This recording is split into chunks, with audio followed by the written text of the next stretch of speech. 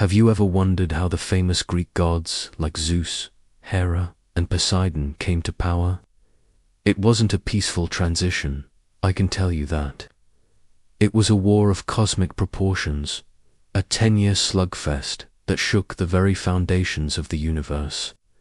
This is the story of the Titanomachy, the Great Titan War, and the epic rise of the Olympian gods.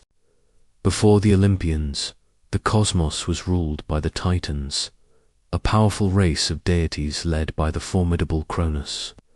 Cronus himself had seized power by overthrowing his own father, Uranus. Prophecy, however, is a tricky thing. Cronus was warned that just as he had overthrown his father, one of his own children would do the same to him. Terrified of this fate, Cronus came up with a gruesome solution. He would swallow each of his children whole as soon as they were born. Hestia, Demeter, Hera, Hades, Poseidon. One by one, they were consumed by their paranoid father, imprisoned within him. But his wife, the Titaness Rhea, couldn't bear to lose another child. When her youngest son, Zeus, was born, she devised a clever plan. She secretly hid the infant Zeus away on the island of Crete, and in his place presented Cronus with a rock wrapped in swaddling clothes. Blinded by his fear, Cronus didn't even notice the switch. He swallowed the stone, believing he had once again cheated fate. Little did he know, the instrument of his downfall was now growing up, safe and sound, biding his time. Raised in a remote cave, Zeus grew into a powerful and cunning young god. When he came of age, he was ready to fulfill his destiny, his first mission, to free his siblings. He disguised himself and managed to serve his father a special potion. This potent mixture forced Cronus to regurgitate everything he had swallowed, in reverse order. First the stone, and then, one by one, Poseidon, Hades, Hera, Demeter, and Hestia emerged, now fully grown and furious. They had been trapped, but they were not broken. United by their shared ordeal and their desire for justice, they immediately pledged their allegiance to their younger brother and savior, Zeus. The battle lines were drawn. The stage was set for war. The war that followed was no ordinary conflict. It was a clash of generations, a struggle for control of the entire cosmos. On one side stood Cronus and most of the elder Titans, ruling from their mountain fortress, Mount Othrys. They were beings of immense, raw power, ancient and formidable. On the other side, the younger gods, led by Zeus, established their own base on the magnificent Mount Olympus. This is why they became known as the Olympians. For 10 long years, the universe trembled. Mountains were torn from their roots and hurled as projectiles. The seas boiled, the heavens roared with thunder, and the earth itself groaned under the strain of their titanic struggle. Initially, the war was a brutal stalemate. The raw power of the Titans was perfectly matched by the youthful vigor and strategic brilliance of the Olympians.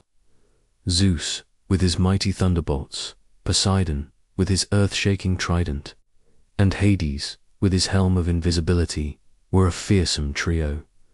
Yet, victory remained just out of reach. Zeus knew they needed a decisive edge, an ace up their sleeve. He found it in the most unexpected of places, the very depths of Tartarus, the deepest pit of the underworld. There, imprisoned by their brother Cronus long ago, were the Cyclopes and the Hecatoncheires, the Hundred-Handers. These were children of Uranus and Gaia, monstrous and incredibly powerful beings. The Cyclopes were master craftsmen, and in gratitude for their freedom, they forged legendary weapons for the 3 Olympian brothers. For Zeus, they crafted the thunderbolt, the ultimate symbol of his power. For Poseidon, the trident, capable of commanding the seas and creating earthquakes. And for Hades, a helmet of invisibility, allowing him to move unseen.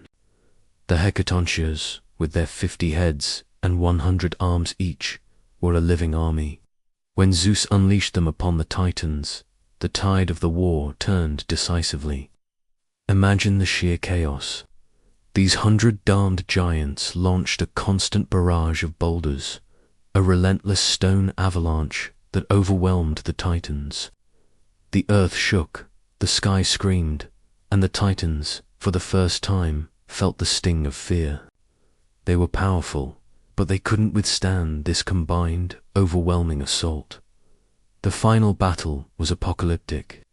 With the Hecatoncheires providing cover, Zeus, Poseidon, and Hades unleashed the full might of their new weapons. Zeus ascended to the heavens, raining down an unceasing storm of thunder and lightning. The heat was so intense it was said to have boiled the oceans. The Titans were blinded, deafened, and thrown into utter confusion. Seizing this moment, the Olympians charged, and in a final, cataclysmic clash, they defeated Cronus and his allies. The Titan rule was over. After their victory, the three brothers, Zeus, Poseidon, and Hades, cast lots to divide the cosmos. Zeus, as the leader and wielder of the sky, became the king of the gods, ruling from his throne on Mount Olympus. Poseidon drew the lot for the sea, becoming the master of all oceans and waters. Hades drew the underworld, becoming the ruler of the dead. A new order was established. The age of the Olympians had begun, and the universe would never be the same. The defeated Titans were cast down into Tartarus, bound in chains and guarded by their former prisoners, the Hecatoncheires, ensuring they could never again threaten the new cosmic order. And so, through a decade of war, strategic alliances, and sheer power, a new generation of gods ascended to rule the heavens and the earth. The story of the Titanomachy is more than just a myth.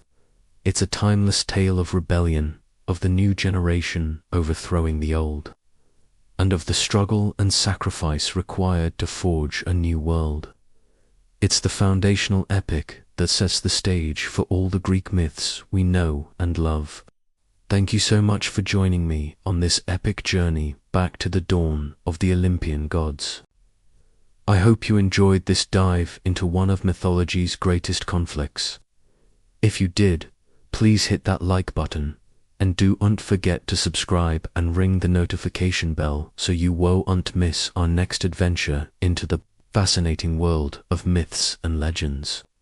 See you in the next video.